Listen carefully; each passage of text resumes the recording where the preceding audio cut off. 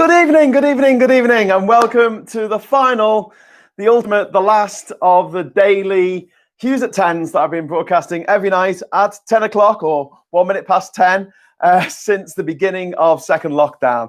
So hi everybody, I'm just going to say a quick hello to Darren there, who's one of my patrons, Tom Monk as well, who got the first like in. Well done, Tom. We've got Daylight Dave as well, Chubby, John Barleycorn, we've got MMTB 1972, Darren Christian, I said that one, Sugar Free is there, Niall Fox is there, Power came back just in time. I know the feeling. Hello, peeps. Bornash is asking, what's in my no deal stockpile? Well, I've just done an interview with someone from the Independent newspaper about my stockpile, so there should be a photograph of me with my, well, I'll say my stockpile, our stockpile here in Durham, and I look super pissed off in the photograph. It's really funny. I've got my arms folded and everything. Like, why am I having to do this? It's 2020. We haven't had rationing for way over 50 years, 60 years. Why are we still doing this? What are we doing to ourselves? And the Brexit talks have been paused. We love a bit of drama, don't we? I love the uncertainty in life. They actually say that along with boredom and stress, uncertainty is one of the really good things that you can have for your health. You go to your doctor and they go, you don't need more exercise. What you need in your life is more fucking uncertainty. You need to not know whether you're going to have a job next year. That will really help. You're going to not know whether you'll have enough food to feed your own children. That'll help. You're going to not know if there's going to be a revolution or a violent uprising. That'll help. But yeah, my doctor's crazy and on crack, so I wouldn't listen to them. Hey, Darian's there. Darian the star says, hello, peeps. Bornash, I've already said that one. Hope Kieran didn't get stuck. Kieran, the van driver, I assume you're talking about there, NMTB 1972. Kieran's got a job, right? At the end of the year, he's actually going to be coming back from Calais on perhaps his last job ever, to be honest with you, the way deliveries are going to go if we don't get a deal or some kind of interim agreement. He's coming back on the 31st of December. It's going to be absolute carnage. Who else have we got? We got Chuck Sal. Hi. We got Isbeer, who says hi. We've got John Barleycorn there saying Chippy Tits is trending on Twitter. No way, is it? Oh my God. So basically, Chippy Tits is our mayor in Liverpool. Well, one of them. We've got three. The mayor of Liverpool City, not the Liverpool Metro Mayor and not the Lord Mayor. They're other people.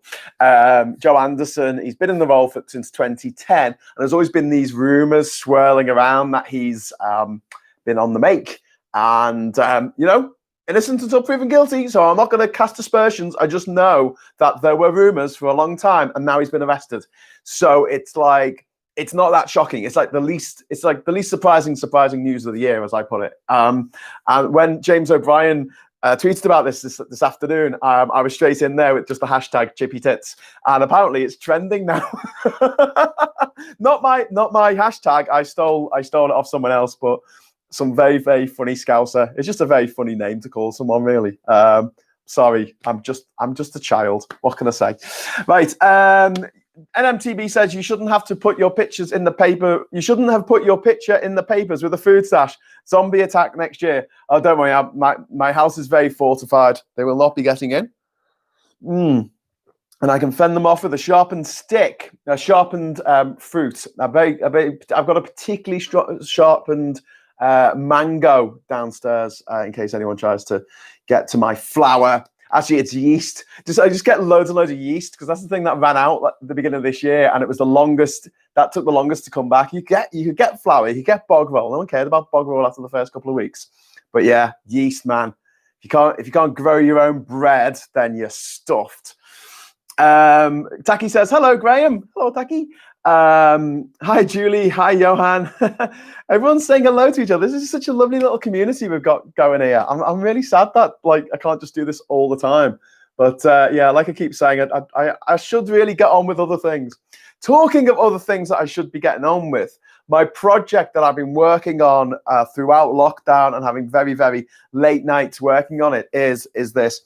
When I traveled around the world to every country, I did a blog religiously. I wrote a blog every single day of the journey, and it ended up being like 800 entries or something over 4 years. It was insane. It's just a gargantuan blog. When I finished it, I ran a word count on my WordPress site, and it came to over 600,000 words, which I'm told is actually almost as many words as the Old Testament.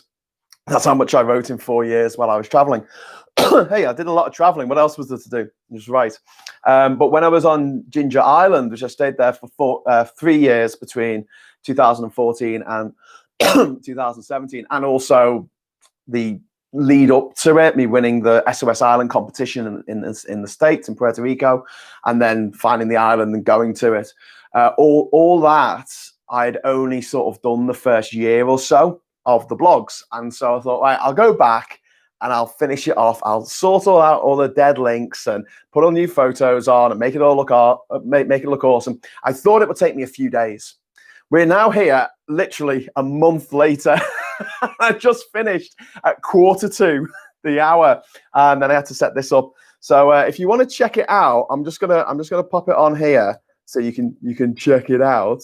But it's gingerisland.com, and it's ginger spelled like ninja, or like Ginger, the city in Uganda, which is where I nicked it from. Don't think that anything I do is particularly original, because it's usually not. Right, so I've pinned that to the top, so you can have a look at the Ginger Island site at your leisure. Don't do it right now, at your leisure. But yeah, so so Joe Anderson, Mayor of Liverpool, has been arrested for corruption, which is interesting. Considering 50 million, sorry, I said million. 50 billion pounds has gone missing. 50 billion pounds has gone missing. Wow. Okay.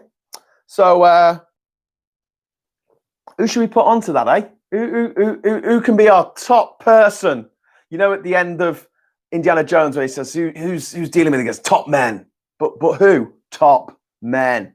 Yeah. So Crest is a dick who's in charge of the Metropolitan Police. I thought I'd just check to see if she was part of the well, you know, what are they? Are they the Illuminati? Are they the Masons? Or should I just call them cracker wankers? Because that's what I like to call them.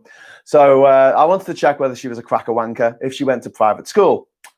You'll never guess. I mean, I'm not saying that there's only 17 presenters on LBC and 12 of them have gone to private school, but there's only 17 presenters on LBC and 12 of them have gone to private school. But don't worry, the fact that the head of Metropolitan Police, everyone in the Tory government, pretty much apart from Dominic Raab and that terrible, terrible Home Secretary woman who just revolts me, Priti Patel, went to private school. Don't let that bother you, that the only two people that you could vote for in the Lib Dem election for leadership earlier in the year both went to private school. Don't let it bother you that all of the Brexit Party people, that's Farage, Wigmore, Tice, and Aaron Banks, Hannon, all of those private school.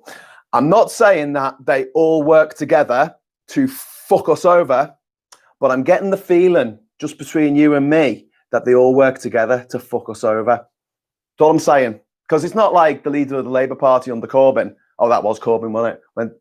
Went to a private prep school, and all of his advisors went to private schools as well.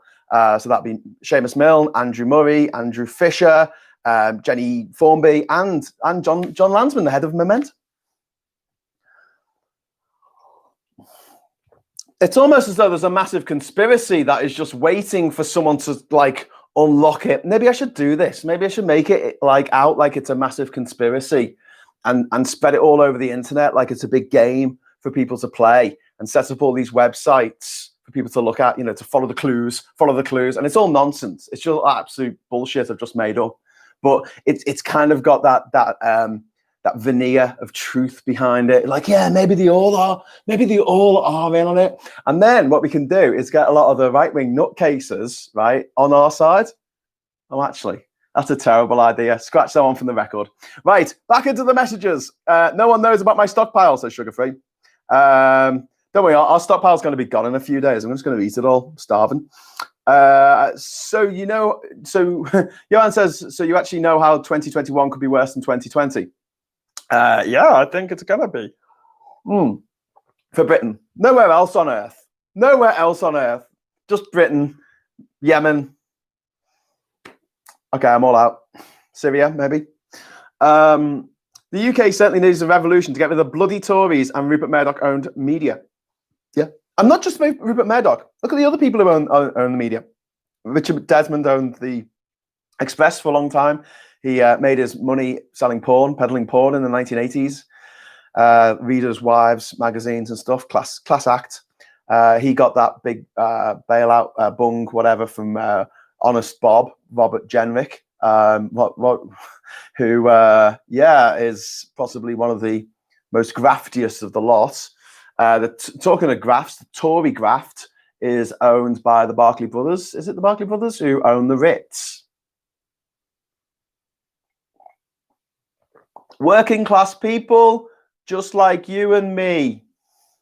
So when you see Katie Hopkins mouthing off on Twitter, oh no, she can't anymore, she's been kicked off.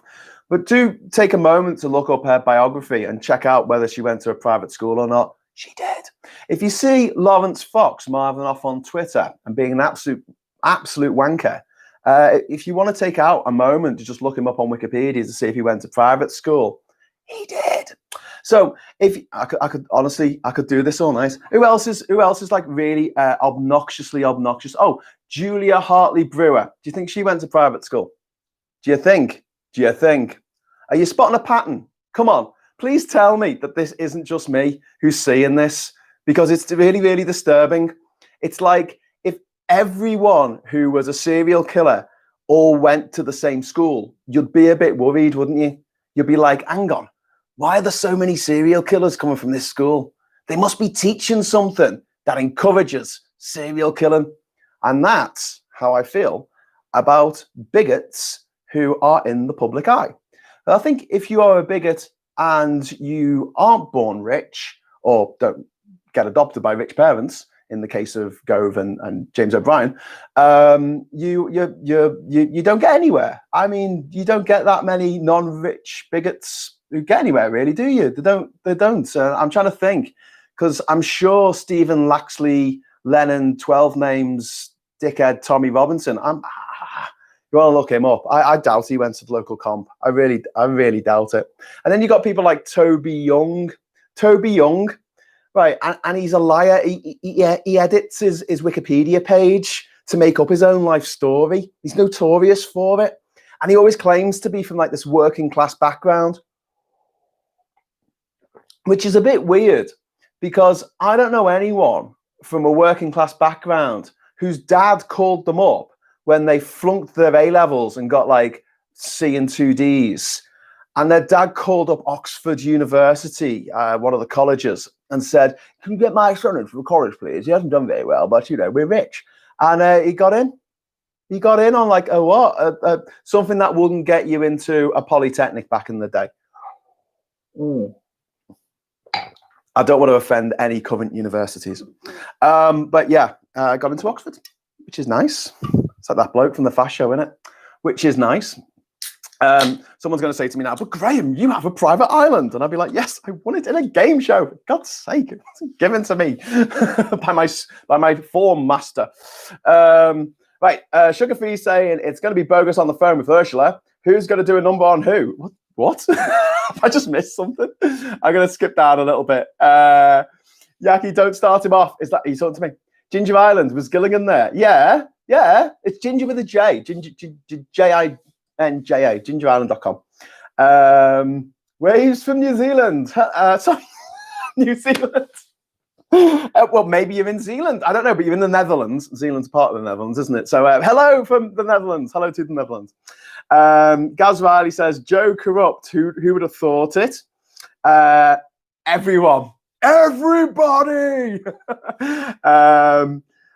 Ginger's Island. Okay. Hi, Graham. Is this your last live stream? Pete, no. This is not my last live stream, but this is my last of my daily Hughes at Tens, where I'm going to be talking to you about what's been happening today in the news. Obviously, the big news today is that let's have a look. The mayor of Liverpool's been arrested.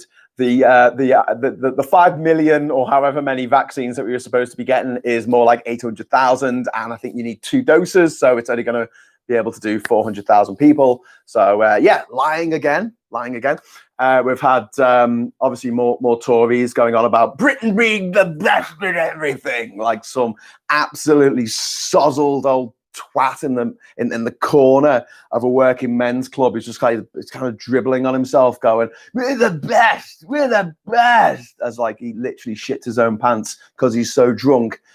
Great, yeah, woo, yeah.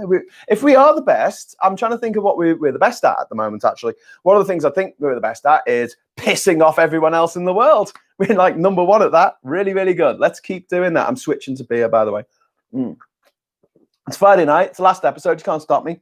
But yeah, so whereas this format is I'm trying to discuss what's happened today, maybe a bit of things that happened yesterday. In future, I'm only going to be doing these on Sunday nights. So Sunday night at 10 o'clock, Hughes at 10, and it's going to be like a weekly roundup of all the shit that's happened in the week. It'll go on for an hour. At least it might go on for longer than that because there's always going to be a lot of things to talk about. But then during the daytime, I'm going to be doing hourly shows. Hourly? God, no. Daily shows during the working week. So Monday to Friday at 1 o'clock. And that'll be called Hughes Round. And that'll be like this, just talking about what's been going on and having a live conversation with everybody on the messages. I'm trying to set this up so it goes out. You can listen to it as radio, so you can listen to it in your car. Or you can just listen to it in your house if you don't want to see me. And also you can watch it on different formats. So you'll be able, or platforms, I should say. So it'll be available on Twitter, Facebook, Twitch, YouTube here. And I think that's it. Maybe Patreon. We'll have a special stream that puts a little filter over me and it changes my face. So I've got like funny novelty glasses on or something. And that can be a special treat for all my wonderful, wonderful Patreon community. Where did Grimes come from? Oh, I don't know. Grimes. No, he's from Durham, but he's not posh Durham. But he's kind of like he's what's the horrible man? His name, Dominic Cummings. He's Dominic Cummings' protege, and Dominic Cummings did go to private school. He went to Durham School, which is a very prestigious school, probably the most prestigious school in the Northeast. And his parents own a massive farm just down the road from here, where I am. And one of the things I want to stress about the fucking farm that he went to when he had COVID, and he knew he had COVID, and he brought the COVID up here, the most deadly disease in the world. He brought it from London to here in Durham, and his parents shop at the same fucking Lidl as me. Well, maybe not the Lidl, maybe the Tesco next door, but it's the same supermarket as me. And they make it out like it was this place out in the middle of nowhere. You know, it was in the wilderness of Cumbria up in the bloody hills or something. It's not. It's literally 2 minutes drive from the city centre. It's just there. It's just like the road to you have to go down their road to get to the city centre. And it's just, and they're like, oh, you know, we stayed in our own little place. We didn't mix. And it's like, oh, so you stayed in this place that you haven't paid council tax for like, the last 20 years. Okay, and you didn't get planning permission on that either. Okay, well, you owe the council between 30,000 and 50,000 fucking pounds. And then obviously he's got mates up in the government, and they just looked at this and went, no, I don't think he should have to pay it. Let's just write that off. And I'm like, what? There was a woman in Wales owed £4,000 in council tax, and she was put in fucking jail. And then this meek-on-headed wanker, Dominic Cummings, who thinks he's fucking brain of Britain when actually he's a fucking dozy twat. He goes, oh, look at me. I'm dead poncy, and I've got loads of top mates, and I'm mates with the Prime Minister. I'm above the law. And that's the hashtag today, wasn't it? The other one, apart from the chippy tits, was one rule for them. And it is. They just get away with it. I'm sick of it.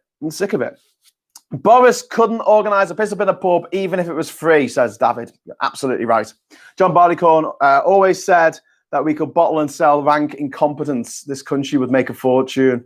Yeah, we're really good at incompetence. We're very competent at pumping out incompetence. You also had 50 billion in banknotes going missing. I just said that. Obviously, you wrote that before I mentioned it. Or has my sound gone off? No. Graham, no way you guys are the best, pissing all the people in the world off. Trump takes the contest there. Yes, Tom, I agree until the fact that he's not going to be president anymore much longer. So once Biden rejoins the COP, Climate Change Agreement, and reinstitutes the Environmental Protection Agency to its full powers, once he rejoins the WHO, once he puts in the arbiters into the WTO, so arbitration can continue in the WTO because it's paused at the moment because of Trump. And once he starts the Iran nuclear deal again with Iran. At that point, which will be the first day of his presidency, fingers crossed, America will piss the world off a lot less. And I think most people's ire towards America is towards Trump. It's just him. He's just such an irredeemable twat. But I don't think it's the same. I think because of what's happened with Brexit and the fact that people voted for this shit, I think that pisses people off more for us as a country. And because there's been so many different people involved in this shit, it's not just Boris Johnson, it's Farage and his dickhead mates and the MEPs in the Brexit party turning their back on them playing the anthem of the EU, Ode to Joy, turning their back. I mean, how old are they? 5. And like the actions that they took when they were MEPs for those 6 months or so, it was just sickening, and it was just embarrassing seeing that. And the world's watching, and the world just going, it isn't just one person like Trump, it's all of them. They're all nutters and scumbags and bigots and arseholes. And it reflects badly on all of us in a way that Trump only reflects badly on people who live in a swamp in Alabama who keep voting for him. No offense to people who live in a swamp in Alabama who keep voting Trump, but I doubt they're going to be watching this video, so fuck them. Here's the true master. What is that? Oh yeah, pissing people off. Yeah, Trump is. We Brits are the best at being nostalgic about stuff that mostly wasn't as great as we think it was. Yes, like spam and custard and a Torva, whatever the fuck that is. Britain is good at universities. Yes, but not as good as America, because Yale and Harvard always come higher. In the league, John B. Craddock, at least 250 million farmers, etc., taken to the vote in India to strike and demo against new government reforms for a week now. Roads into New Delhi block. Modi responds with violence. Yeah, Modi is again an irredeemable fucknut. He's the head of the BJP party, which could easily be called the BNP party, and just transpose it over to the UK. And nationalist Hindu scumbags. What can I say?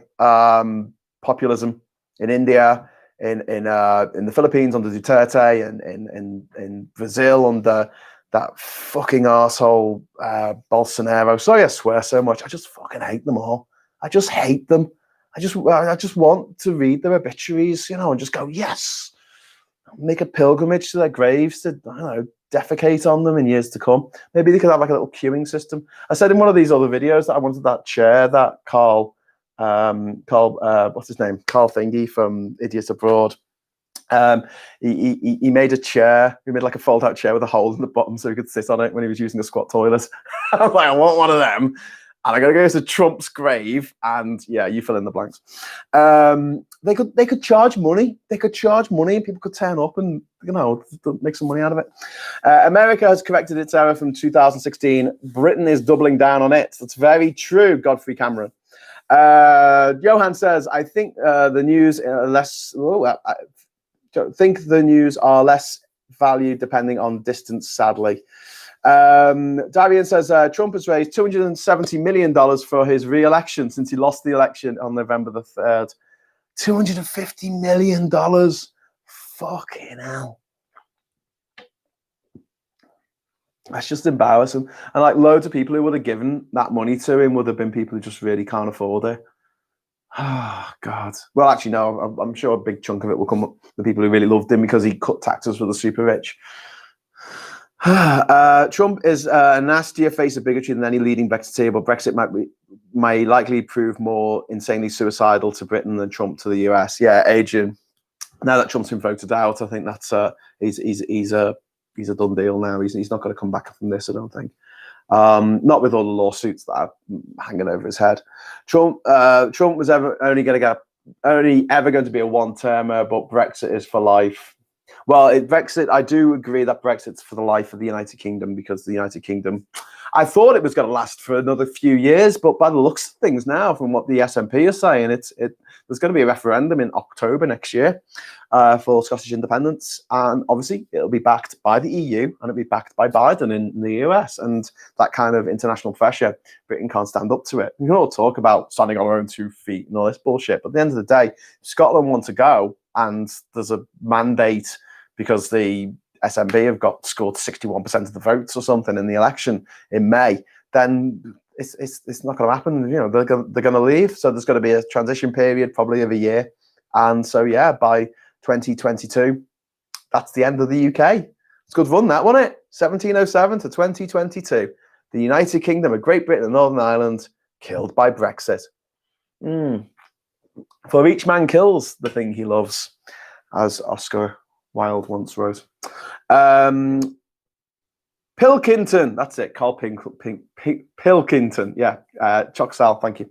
Random Debris says, conservatism consists of one proposition: there must be in-groups whom the law protects but does not bind, alongside out-groups who the law binds but does not protect. There is nothing more or else. That's it. That's conservatism in a nutshell. That's insane. Tom Monk, you had the right answer as well. Taki says, populism and excessive nationalism is a disease that is, at this moment, ruining our world and undoing all the progress made since 1945. Yeah, you're absolutely right. And the question is, what do we do about it? Next year, once the vaccine's here and we can go out again, we need to take to the streets. We need to be doing what the farmers are doing in India. Not getting like beaten up by the police, but really, really protesting, bringing the country to a halt. If half the country voted to remain, then if half the country goes on strike, general strike, then that's it. No, the government's going to have to capitulate. It won't be like the mines where they go, oh, well, we can do without them. We can't do without half the people working. But it's a case of getting everyone together in a coalition against the Tories, which is almost impossible. Just look at the bad blood between Labour and the Lib Dems, also Labour and Labour. You see these people who seem to hate Keir Starmer. They're members of Labour who hate Keir Starmer more than they hate Boris Johnson, which I just can't get my head around. But yeah, that's the big challenge, bringing everyone together. And it's a problem because, like, you get people who try and be nice and try and be really lovely to everyone, and they get told to fuck off. And then you get people like me who might be a little bit more abrasive, and we don't get anywhere either. And then you got people who are very much obsessed with their own little clique within the party or parties, and you just can't get past it. They're just like, no, it's got to be like this. And what we keep doing on the left and in the centre is we keep letting the perfect be the enemy of the good. And we've got to pack it in. We've got to pack it in. If American evangelicals can overlook the fact that Trump fucked a porn star behind his pregnant wife's back, then I think that the people on the left and in the centre can make a few exceptions for some things that the politicians on the left do. Not Joe Anderson, obviously, because if he is guilty of corruption, he can go to jail for a very long time. Thank you very much. But when you sort of try to pick up on everything Starmer says or does, it's really not helpful. It's really not helpful at all. Starmer has the potential to be a great leader, it seems to me, across the pond. That's Tom Monk in America. Yep, I agree with you. Sugar-free, Labour needs to stop fighting amongst themselves. Yep, absolutely agree with you. Taki says, I hope soon or there is going to be another world war on the horizon. Great point on populism. Yeah, this is what we were talking about with populism, isn't it? I missed a couple of messages there. Peter says, good evening. I just want a video about advice how to prepare for no deal scenario. What are you going to buy? What sort of food for January, February? I guess it'll be more expensive. Yeah, okay. I'll do that for you. That's a really good idea. I'll do a video of like what to stockpile, because the stuff that isn't worth stockpiling, because we'll still be able to get it. But there's a lot of stuff that definitely comes from abroad and is going to be in short supply very, very quickly. And the thing is, people will buy the wrong things. They'll buy like toilet paper, which I don't think we're going to have that much of an issue with toilet paper, considering every household in Britain has about 6 million rolls of the damn stuff by now. Yeah, back to the messages. Yeah, I'm really concerned about the populism in the world, and I've said this before. But if Trump had won that election, then the outlook for the world would be excessively bleak. But you know, he didn't win. So someone should tell him. Someone should let him know. Anyway, well, at the halfway point of this ultimate Hughes at 10. So if you are watching this and you are signed into YouTube, I'm going to quickly do a little commercial break. It's only going to go on for about 5 seconds, and it just concerns me saying, can you give this video a like? Just give it a thumbs up, give it a like, and that helps out the algorithms. Okay, whoever he is. Right, thank you very much. And now back into the messages. Maybe the left can perhaps wait with the infighting until they have power to make a difference. Yeah, random debris. I absolutely agree with you. What we need to do is Labour needs to change its constitution. Labour's constitution says it has to field a candidate in every single constituency in Great Britain, not Northern Ireland, just Great Britain. Which means that they field a candidate in somewhere that they can never win, some place down south, you know, in the Cotswolds or something. The Cotswolds. I can't even say it. I'm so not posh, I can't even say the word properly.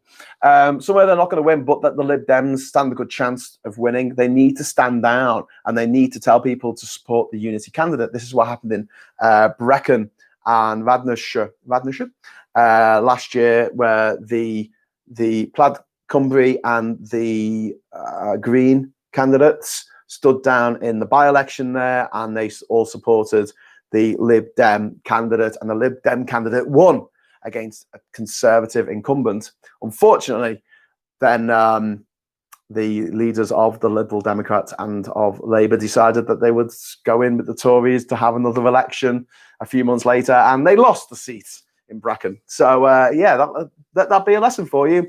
When you're 40 points behind, when you have a popularity, what's it called? Approval rating. That's it. When you have an approval rating of -40, don't go in for an election if you don't have to. You know, it's literally just like, do you want to jump out of this window? No. Well, stay there then. Okay, I'll just stay here for the next literal 3 years until the next election in the Fixed Term Parliament Act comes along. Yeah, but yeah, it did work in Wales, and it can work again. It can definitely work again.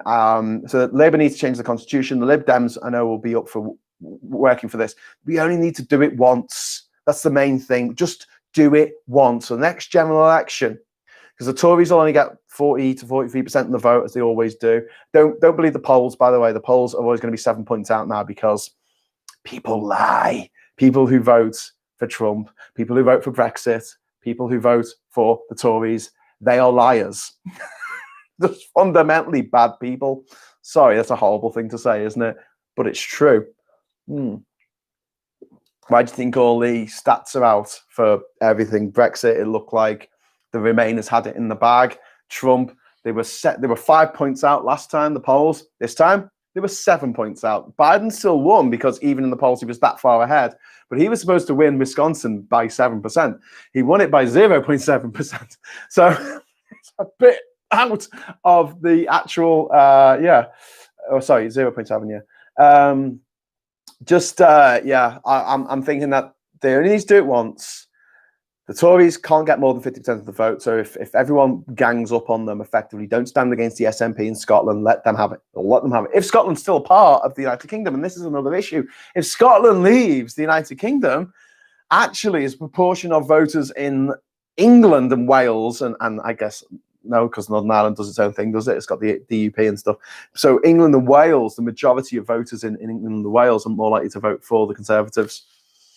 So if Scotland leaves, they could leave us progressives, us horrible liberals, us people who want everything to get better for our children rather than worse. They could really leave us in the lurch. But at the same time, I do support Scottish independence now. So, Johnny Foreigner here. Do you reckon there'll be a deal? Yes, I do. I'll be very shocked if it's no deal on January the 1st. And if it is no deal, I can't see it lasting very long. But it's so easy for them to get a deal, kind of. I know it's got to be ratified, but they can have an interim period until ratification where we stay in the EU for a bit longer. Effectively, no one will notice. Like I say, keep saying the implementation period. But if Boris Johnson, he's over a barrel, man. He's over a barrel. This idea that he holds all the cards. At the end of the day, that's an expression that I don't like. So when it's all said and done, that's another one I don't like. But when this thing concludes, he's in a really bad position. He's in a very weak position with Biden winning the election in America. He's lost his only international support, which was through Trump, kind of. The EU, obviously, it's a much bigger economy, a lot more people, a lot more power. The EU can feed itself, whereas Britain can't. That's a big factor. And he's going to give up fishing. He's going to give up the fishermen because there's 17,000 fishermen in the country, I think, if that. And it's worth a tiny percentage of our GDP. I mean, it's just not worth it. But when he does do that, hopefully that'll be the poison chalice that we can beat him with. He's like, he sold out the fishermen. We'll never forgive him. Johnson, he sold them out. And like 50 years from now, you'll meet an old guy smoking a pipe down on the beach in Cornwall. And they'll be like, fucking Johnson, he sold us out, he did. Because that's what will probably happen. Fingers crossed. Yes, what is a toilet stick? I don't know. Well, any deal is better than no deal. I need my Haynes manuals. Someone somewhere is coining it in on all this drama and uncertainty. Yeah, the media. I mean, the newspapers, they love it. And also hedge fund managers, people who gamble, shorting the pound. They're making a lot of money. John B. Craddock, Mike Galsworthy and a national network of groups are well known on Facebook. Yes, I set up a lot of those groups, by the way, so I'm like an admin on a lot of them. I sometimes get thrown off groups that I created on Facebook. I did all the logo and everything, and then I handed it over to people to actually run it from day to day because I can't run 70 different groups on Facebook. And one day I'll go on my email. It's like, you've been kicked off this page, and I'm like, what? And that's a weird thing that they can do on Facebook. And I think it should be that if you are the admin who set up the page, you shouldn't be allowed to be kicked off by another admin. It's a bit of a daft thing that Facebook do, but yeah, put that in the suggestions box that goes all the way out on a tube and just out in the middle of a field. Never to be seen again. John Barleycorn says, think about holding the cards. They're taking a pack of cards to a chess match and are now expecting a pair of twos and a joker to get us out of a checkmate. Indeed. Checkmate. That's very true. One of the banners I had at one of the marches last year. Was it last year? Oh, my God. No? Was it last year? No, it was the year before. God, was it 2 years ago? Maybe. It was. I had we hold all the cards, and it was like, the cards. Theresa May was still Prime Minister then, and it was Theresa May on these cards, and they were in the wrong order because I didn't want to offend children, but it's basically spelled out fucked. Watching the Purge trilogy, Trump is the first president to have made more of this a reality, more so if he was re-elected. Yeah, the freckle puny. I mean, this is the thing. All the rich people who go, oh yeah, we love Trump because he makes us pay no taxes. They don't know the history. They don't know what. They don't know the consequences of their actions, or if they do realize them, they're absolute idiots, because you can't change the facts. It's like this conversation I have with Brexiteers where it's like, you can't make the rest of the world richer magically, so they can buy our stuff, buy our stuff. And in the same way, these rich people who made this huge effort. There was a guy in North Carolina, wasn't there, who wanted his $2.5 million back that he had given to Trump's re-election fund, or not the re-election fund, the fund to stop the vote or something. And he wanted his money back. And you're like, the thing is, there's more poor people. Well, I say poor people. There's more people who aren't rich than there are rich people. There's a lot more people who aren't rich. So you've got to factor that into things, because at the end, don't say at the end of the day, when all is said and done, you can't protect yourself against 1 million people who have a grievance against you, a legitimate grievance against you. And so, yeah, it's a gamble for them to take, to stoke these populists into creating violence, because violence begets violence. We all know this. We've all seen it. You have any... It's true in physics and it's true in politics. For every action, there is an equal and opposite reaction. If the Nazis march, then the people who are against the Nazis, the anti-fascists, they march. If the Nazis start hurting people, then the people who are against the fascists will rise up and stop them from hurting people or hurt them. And this is the natural ebb and flow of things. And I think that if they want to try and pit themselves as the right, okay, but if they want to make it so it is very much the division between rich and poor, which is such an obvious division, it's dangerous grounds. It's a very dangerous territory to go into for them, and hence The Purge being a good set of films as a sort of example of what not to do with your society. GPAN 62, in 50 years, there won't be any fishing, just fish farms. It's very true. We should have protected waters around the UK where you're not allowed to fish in order for fish to spawn. And then fish don't just stay in one area, they move about. And so you can catch the stuff that comes out of the areas that are protected. And everywhere this has been tried, it's been a great success. But we're not doing that. We want to fish all the fish. We want to take all the fish. And this is what happened in Somalia in the 90s. All the fish got taken from the shallows around Somalia. And something people need to realize about fish, okay? You have these weird fish, like the ones that aren't fish. So, I don't know, dolphins, turtles, whales. They go to the deep sea. They can swim anywhere. They'll find food. I don't know how, but they just do, right? No problem to them. Most fish, actual fish, can't live in really, really, really, really, really deep water, because there's no food around. It's like a desert. It's like a desert for us. There might be food if you're specially adapted to that particular desert, but for most fish, they can't just swim anywhere in the sea and just, I don't know, drink the seawater and get all the nutrients they need from that. It doesn't work that way. And so this is why when you have shallows, when you have a coral reef, it's abundant with life, because it's close to the surface and there's lots of nutrients and it can sink down. They can get vitamin D. I don't know if they make vitamin D. Humans do, but I don't know if fish do. But they can get sunlight. Whereas out in the middle of the ocean, where it might be 5 miles down to the sea floor, how do you get nutrients that are down at the sea floor up? They just don't rise. They stay there because of all the pressure of the sea, obviously. So this thing of like, don't worry, we can take all the fish out of our shallows and then just more fish will appear. It's like, I don't think it works like that. I don't think more fish will appear if you do that. And I think we've seen this in depleted stocks of all kinds of fish around the world. I think our cod stocks, weren't they? There was that overfished to oblivion, and now hardly any of our cod is from British waters as a result of that. I don't know if it ever was, but you know, I'm not a fisherman. Don't ask me. Adrian Wilson says the entire premise was garbage anyway. Even with a victory, the idea that Trump could and would transform the feces of Brexit into pure gold was vague, incoherent, straw-clutching drivel. That is so wonderfully articulated,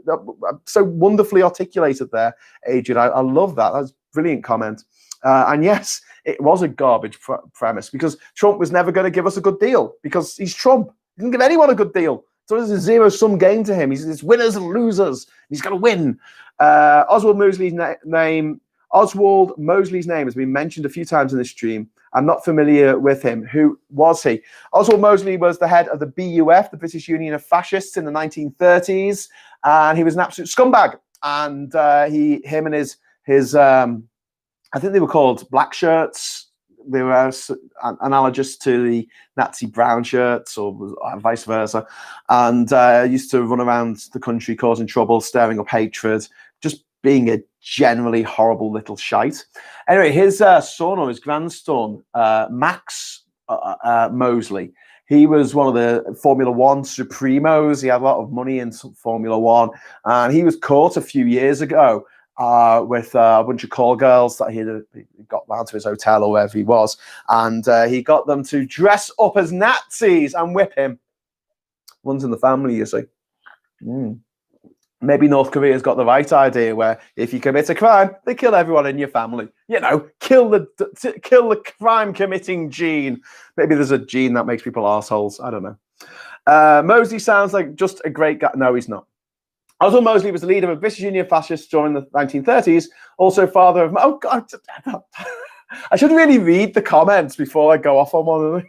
Also the father of Max Mosley. He was the chief of Formula One and FIA, and also into women dressing as Nazis and whipping him. I'm sure Google will help, but Mosley, yeah, we're talking about Mosley stuff. Also parodied in the Jeeves and Wooster novels. There you go. True, numbers count, but remember Trump supporter slogan, "We've got the guns." Yeah, I know, but the thing is with Americans, don't tell them this because they'll stop buying guns. No, they won't. Only joking. But the majority of people who get killed with guns, the vast majority, accidents, suicides, and domestic violence victims.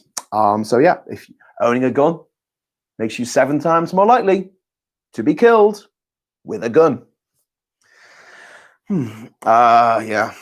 God, there's so many gun deaths in America. 38,000, the numbers on the CDC site at the moment. 38,000 people in a year killed with guns. I could do a whole series on that. Pelagic fish are few and far between. Far and few between. I don't even know what pelagic means. Plagler? I'm not going to bother that. I can't say words that are funny. Maybe the EU should demand freedom of movement and labour services in every trade agreement. Yes, that'd be good. Membership of the single market. That'd be great. Who will eat all the fish when the UK will not be able to sell it to the EU? Nobody. And we won't have enough freezer space to freeze it, so it'll just rot on the quayside. And all of the farmers and all of the fishermen are going to go out of fucking business. And what we're going to be replaced with are these mega ships that are going to be owned by the Netherlands or Spain or someone. And they'll be like, okay, we can't fish in your waters, but we own the ship that fishes in the waters, in your waters. Thanks for the quotas, guys.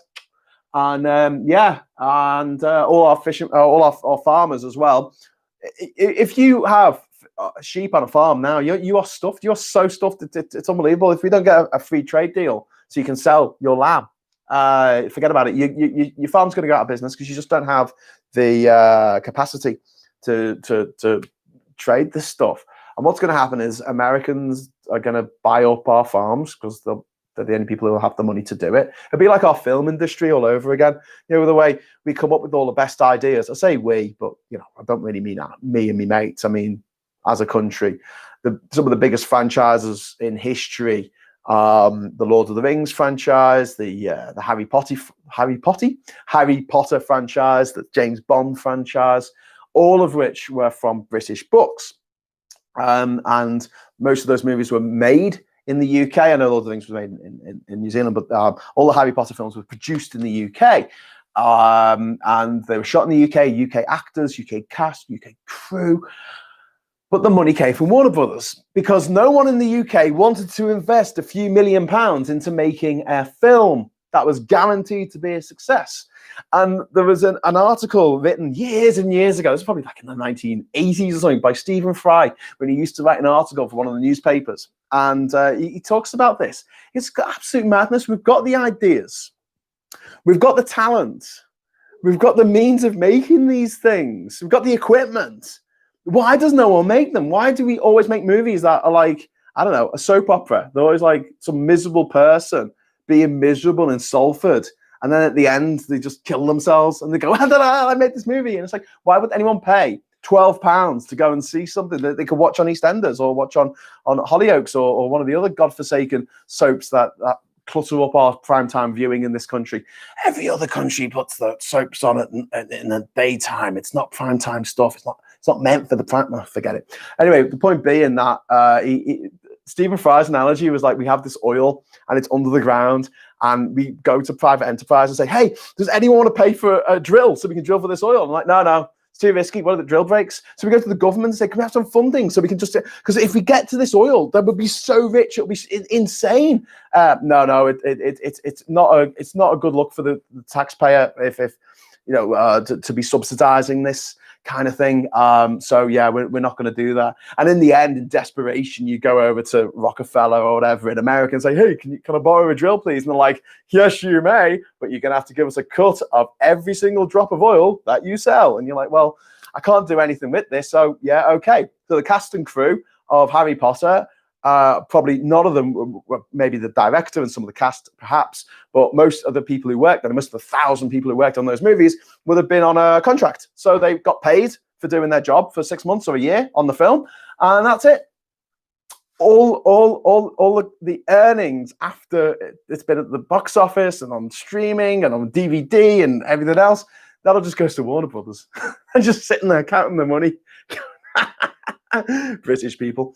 Yeah. So that's basically what we do.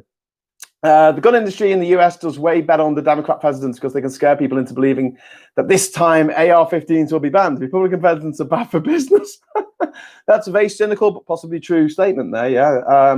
Taki says in the US, the right-wing media and charlatan pastors keep huge chunks of American people in a constant state of paranoia. Yes, they do. And that is another thing that's, how do you battle this? How do you battle that tidal wave? We can think of ways of getting people unelected, not unelected, but beaten in an election.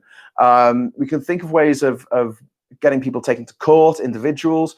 But when you're dealing with an entire population in this country lost in this toxic nostalgia of this bullshit golden era of Britain that never fucking existed, what do you do? And I don't think there's any easy solution. And I think the only real solution, like with a lot of things, is time. It's just time. You plot people's attitudes on a graph. Young people are so much more progressive, are so much more liberal, are so much more caring about the environment and society and each other than older people. I'm not saying everybody. Obviously, some young people are absolute toe rags, and some old people are genuinely national heroes who I adore. But I'm saying in general, there's never been such a schism between the young and the old. The attitudes of someone who's aged between 18 and 25, and the attitudes of someone who's aged between 65 and 80. There's just no comparison. Like they disagree on pretty much everything. Like every social issue that comes along, they'll have absolutely divergent reviews on it, which is a real shame. It's a real shame. Other sea-based predators might eat some of the fish. Basking sharks, maybe. That's from Adrian Wilson.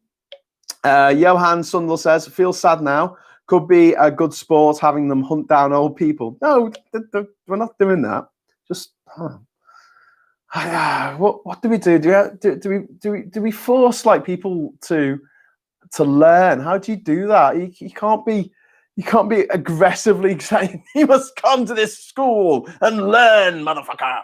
Although I always thought, right, if I was always a bit mad that if you go to jail for 10 years, you're eligible for parole in 5 if you just don't do anything. So like, as long as you don't cause any violence or steal anything or kill anyone while you're in jail, you'll be eligible for parole in half your sentence. I just felt like there should be more of an incentive to better yourself while you're in jail. So why not have it where if you get yourself a qualification, GCSEs, A-levels, even a university degree, that's taken into account for you being eligible for parole. So if you don't do it, if you literally spend the whole time in jail, knocking a ball against the wall, yeah, you serve your whole 10 years. But if you want to get out early, you don't have to. If you want to get out early, you go for a qualification, because at the moment, I know this is with people that I've met through my dad's business because my dad's a big criminal. No, my dad was a mechanic. And that sounded awful, didn't it? Because of my dad's business. Of fixing motorbikes. A lot of people come out of jail with obviously, they've still got no qualifications. That's what got them into crime in the first place. They come out of jail and they've still got no qualifications. But now they've got a criminal record to boot. And so a lot of people reoffend, and I can see why they do. But also, I would make drugs legal because about 66% of the prison population in the UK is there for non-violent drugs offences. So you could just let them go, and we would save about £2 billion a week. So let's do that. Let's do that. I think that's a good idea. Let's do that. Do they dye their hair? In Peter's Friends. Oh, what are we talking about? Peter's Friends. Very good movie. Unfortunately, the rest of the world didn't see it. Well, that's very true. Didn't the UK make Bridget Jones's Diary starring Colin Firth? Yes, they do. We make one good film a year. One good film. We make 87 bad films. We make one good film a year. It's not an industry. I do not call that an industry. I never watched Harry Potter film all the way through, but I've watched Bridget Jones with Colin Firth. I've got a whole thing. I could do a whole episode on the British film industry and what it does wrong, essentially, and how to make an industry out of your movies in a sensible way instead of pissing a load of money away up the wall. But I'm coming to the end of this now, so I can't really go on about it too much. But I'll just tell you very, very quickly. The worst film I've ever seen, right? It's not Battlefield Earth. It's not Showgirls. It's not Star Wars Episode 1 or any of those. It is a British movie called Dreaming of Joseph Lees. It was released in 1999. It's got Samantha Morton and Rupert Graves in it. It's bloody fucking awful. It's everything I hate about British movies all jammed into one. It's depressing. Everything's brown. Everyone cries. Everyone ugly cries. The husband beats his wife. She cries some more. They live on a fucking farm. Everything's covered in mud. It's brown. It's just so dreary. It's so fucking depressing. But what's marvelous about this film in a really dark and horrible way is just how awful it really is, because I can't get past the fact that someone must have gone into a producer's office and sat down with a script and said, right, I've written this script. It's called Dreaming of Joseph Lees. And the producer says, what happens in it? It says, well, it's about this woman called Samantha Morton. And she lives in the 50s and she works on a farm or something. And she's in love with her cousin. Her cousin? Yeah, her cousin. But he goes away to war or Africa or something. He's a doctor. And she marries a simple farmhand because, women's needs are manyfold or whatever. Okay, yeah, all right. So I'll get you so far. That sounds all right. Anyway, Joseph Lees comes back from wherever the fuck he was.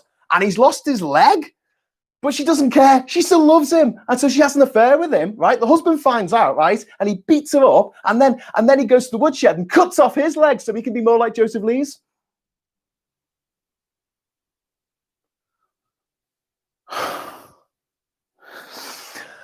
Anyway, so that got made. £2 million budget. Have a guess how much it took at the box office. It rhymes nicely with £8,000. Anyway, right, okay. Graham, you reminded me the US House voted to decriminalize marijuana today. Oh, good. Well done. Yes, excellent. More of this stuff. Although I don't think it should be decriminalized. I think it should be legalized. I don't think criminals should be running things. It should be all just standardized and regulated properly and not just doled out to anyone who wants it. It needs to be properly regulated so kids don't get hold of it. It's not cut with all the shit. There's still a road to go there, but yeah, it's a good first step. The film Sexy Beast, we're not doing a list of films that were good from Britain. As I said, we do one good one a year. We do one corking Billy Elliot, Full Monty, Four Weddings and a Funeral. 28 days later, there will be one good British movie a year for the last 100 years. I'm sure of it. But having said that, we only make one a year on average. Graham, thanks for the live streams. They've been really cathartic. Light and peace. P.S. Check out my books on Amazon. It's poetry, don't be put off. I like poetry. I think you're like, sorry about plug. No problem, Ernie Burns. Everyone, check out Ernie Burns's book of poetry. So I'm going to have to sign off very soon. I think my girlfriend's probably going to come in and drag me off because it's like, Graham, could we just have a weekend? But what I'm going to do is I'm going to be very good and try and give you my Patreon. A load of people have followed me on Patreon or sponsored me on Patreon, and I'm really, really, really grateful for each and everybody who, of my 17 patrons, I've got 17 now, which is very, very exciting. And I'm just going to, My chat has disappeared. Come back, chat. I didn't mean what I said. Right, my chat is back. Okay, so I'm going to just pop that on there. Patreon.com. Before I go, I want to say big thank you to Sally Wilton, James Chilton, Elizabeth Bennett, Chris Kopak, Chubai, David, Attila, Daniel Jones, Derek Knowles, Paul Mason, Alex Green, Jarton Ran, Alexander Morgan, Betty Biscuit, Compute Art, Andrew A.B. and Darren Christian. Thank you so much for being my Patreon sponsors. I will continue making stuff. I'll be back Monday at 1 p.m, God willing. And yeah, we will have another roundup of the day's news and generally a chat about shit. I'm not going to do a Hughes at 10 on Sunday. I need to have my weekend clear this weekend. But next weekend on Sundays, 10 o'clock, Hughes at 10, once a week, different format. I might be in a different location, might not be sitting on the couch because I think Catherine wants her couch back. But yeah, so David, Event Horizon, Charlie Nelson, Peter, we're like a small family here. Oh, that's so sweet.